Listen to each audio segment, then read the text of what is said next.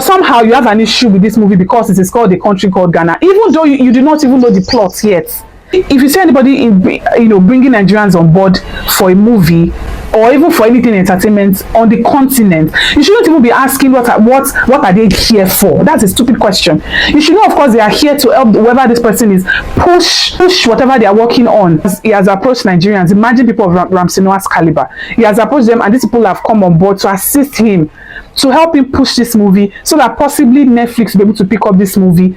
And some people are having issues with it. And this is how you know that when you allow your heart to be filled with bitterness, envy, jealousy, it robs you of sense. It robs you of sense. If those who are leading the discussion in Ghana are people like this, how is this industry going to grow?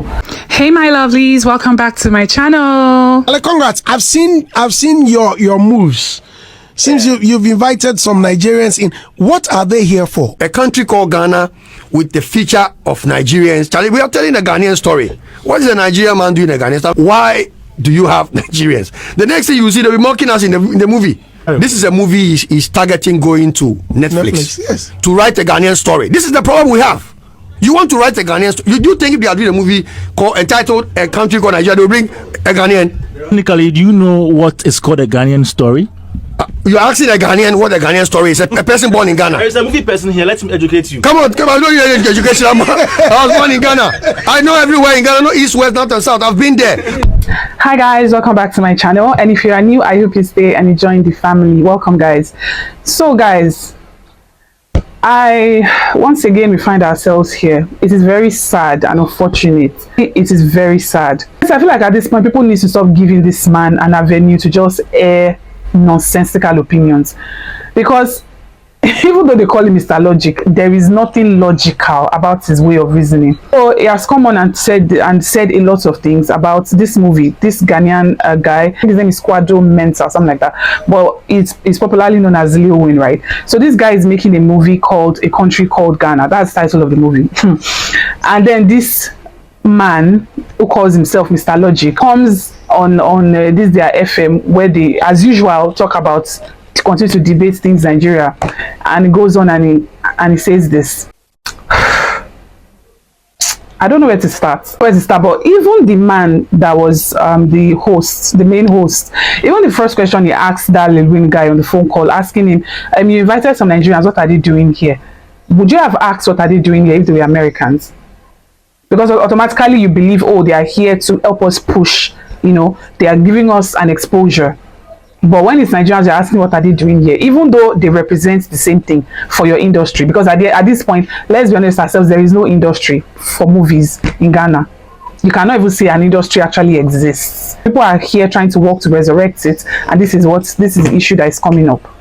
Why would you ask why are they here? But anyway, that's not by the way. Now, the guy said the reason he has brought Nigerians on board is so that they can help him get this movie picked up by Netflix. It says, I tend to make a movie tailored for Netflix. And you know that if you want a movie to be taken up by Netflix, you need to prove you can get the numbers. So I got the Nigerian actors on board to help get those numbers and get them on Netflix. This Lil Wayne guy has his head screwed on straight. He's thinking business. He's thinking. He also went on to say that this is that I read for you guys. He said his goal is to secure funding from Netflix for future endeavors, paving the way for more ambitious projects down the line. When I am done with the project, I will apply for it to get on Netflix, and maybe with time, I will be given funding to embark on more projects, he said. This is somebody who has a vision. This is somebody who is thinking. And he has looked at it and thought, okay, at the end of the day, who are those that I can approach that can help me, get the numbers, that can help me meet up with the requirement that Netflix would ask of me so that they can pick up my project. Because he knows that if Netflix should pick up this project for him, it's opened the door, it's opened the way. The project is funded entirely by him. This project is funded entirely by this guy.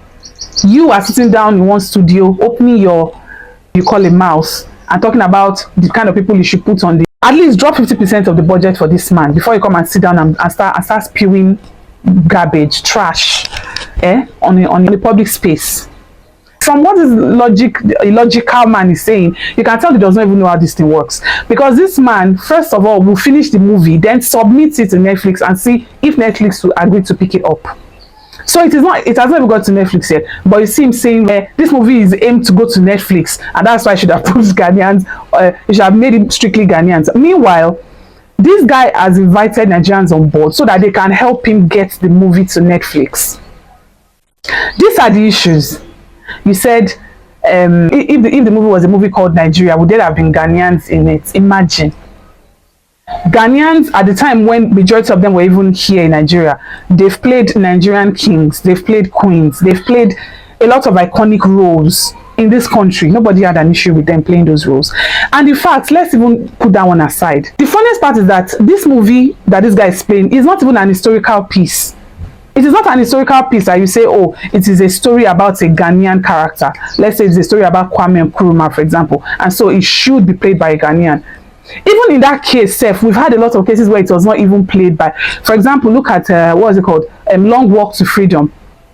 Long Walk to Freedom is a movie that was based on Nelson Mandela's story, his life. It's South African. I do play Nelson Mandela, Idris Elba. What's that of this movie? Is this on in the Savannah or something like that? This movie, a Nigerian movie that was based on the Niger Delta and the struggle in the Niger Delta in the 90s. Majority of the cast were American, and that was one of the things that even pushed the Nigerian movie industry to the world.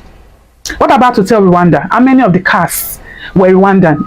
In all of these cases, these were real things that happened in the country. These were mini documentaries talking about real things that happened, showing them in a movie. And yet, even those that played the lead characters were not even of that nationality. And yet, nobody had a problem with it. Because that is the nature of art. The collaboration is how an industry grows. But somehow you have an issue with this movie because it is called A Country Called Ghana, even though you do not even know the plot yet. Guys, let me read the plot of this thing to you. This movie is not even it's not a documentary. It's not a docu-series or anything. No. He also said the series will be in English and Twi. He added that the storyline is about a group of foreigners who find themselves in a Ghanaian village where only one character speaks English. Let me repeat that. It says the storyline is about a group of foreigners who find themselves in a Ghanaian village where his character will be the only one that speaks English. That is the plot. Meaning, of course, that it makes sense to have foreigners. You could have had Ghanaian paid foreigners as well, but even by the concept of the plot, the idea is that foreigners are the main characters in this story, where all of them find themselves in Ghana, and they cannot speak Twi, and this is the only man that speaks English in that village. That is kind of the plot. And yet, you sit down here, you are saying, why should he? If it had been Americans that he brought on board, would you have had an issue? Would you have said, why does he have them? These are the issues. You said they will mock you. You better be careful. Before you know, they will start mocking us. These are the issues. And this is how you know that when you allow your heart to be filled with bitterness, envy, jealousy, hate, it robs you of sense. That is what is happening in this Mr. Logic man's case. He has allowed his heart to be filled with so much jealousy and envy and bitterness and hate that he has been robbed of sense. There is nothing logical in his brain. Nothing. So I don't even know how he came by this name or how they're even calling him this Mr. Logic. It's absolutely...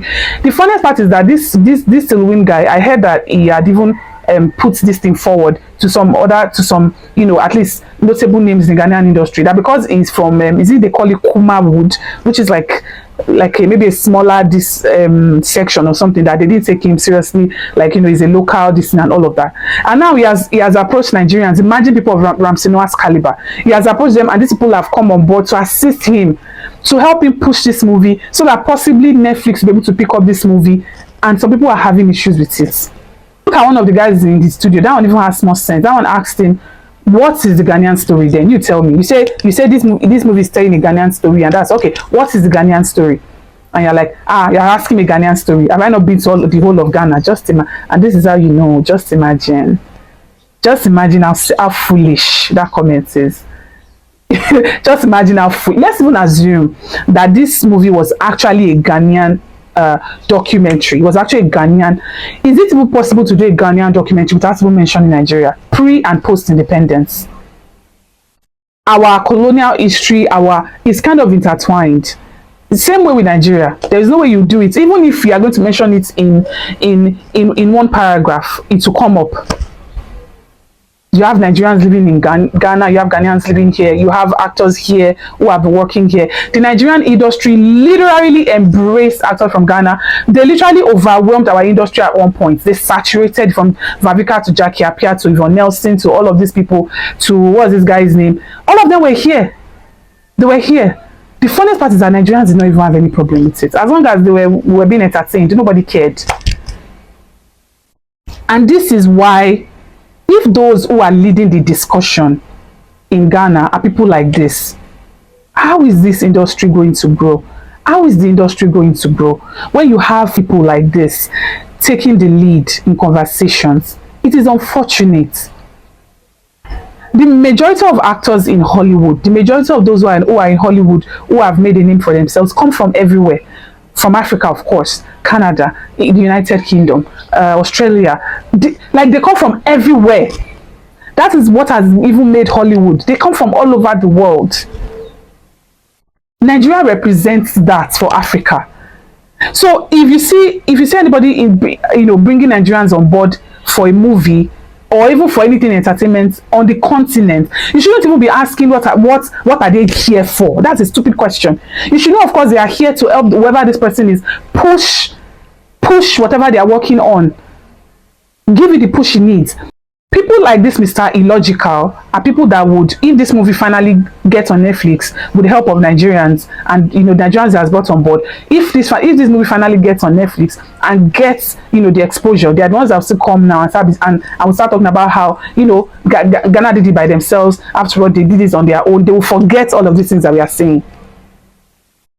It is unfortunate, but again, looking through the comments, I see that this is actually not what a lot of Ghanaians think. This guy does not speak for the majority of Ghanaians, to be honest. Let me just read some of the comments that stood out to me and we'll conclude this video. Says, it's quite unfortunate that a brother of ours will say such hate speech in respect to his fellow brother. When Nigerians ask that Ghana should come to Lagos to boost their music industry, they refuse, saying it's belittling for them. Now Nigerians come over to Ghana to act in your movie industry, you still see it as appalling. What is going on here? It says, Mr. Logic is always illogical. How come a movie you haven't seen, you're already condemning the characters in it because they are Nigerians? I blame those that invited him to the studio after Shatawale sentenced him to the dustbin of the never-do-wells. It says, once again, Nigeria is extending a hand to pull up the GH film industry, and Mr. Logic is finding issues with it, making a storm out of a teacup. Lil Wayne has his business cap on about this project. Well, let's wait and see final product. It said, are Ghanaians aware of how often Americans have replaced Nigerian roles in movies? We shouldn't interpret everything negatively or as a competition. Collaboration is the optimal solution, not isolations. Africans and Africans can only progress when we unite and work together, lifting each other up instead of competing. The sooner Ghana and others understand this, the better. It doesn't matter who initiated or how it all started, as long as we all reach the finish line, the promised land. Ghana has great potential in every aspect, and the quickest way to realize it is through togetherness. No one is an island, not even Nigerians, who collaborate with the West and anyone bigger and better than them. Surround yourself with people who can elevate you and stop settling for local recognition alone. Also from a Ghanaian, he said, if he had invited Americans, they will have hailed him. Tell me what Danny Glover is doing in Nelson Mandela movie. Lil Wayne has got the right to choose who to feature in his film. Does Hotel Rwanda feature only Rwandians? This is why our film industry is failing, because people who are leading our industry are not qualified to do so. The same thing Shatawale manager said, we are sounding like Nigerians, which is dangerous, but it wasn't dangerous to sound like Jamaicans. Pure hypocrisy. Now, if he releases this movie and is good, it will be the first Ghanaian to make millions in Nigeria, and it will reinvest the profits in his craft. I wish him good luck. Anyways, if this Ghana industry is going to be resurrected from the slumber that it has been in for all this time, people like this should not be leading the conversation, because again, the smaller the brain, the bigger the ego. That's just life. The tinier the brain, the bigger the ego. And that's why you have people like this coming up on here shaking their body and frothing at the mouth while making absolute zero sense. It is unfortunate. But anyways, I know that will not stop Nigerian people from working with Ghanaians who genuinely want the help, who want to push the industry forward, who have the right motive. I know that this will not stop them from doing so. Guys, I just made the video in a rush. The house is full, so I had to come out to film this video. You can even see me. I don't have because I know I look like, but please don't mind me. So just like the video and subscribe to the channel, and yeah, don't forget to leave your thoughts down in the comments. Let me know what you guys think, and I'll see you guys in the next one. Bye guys.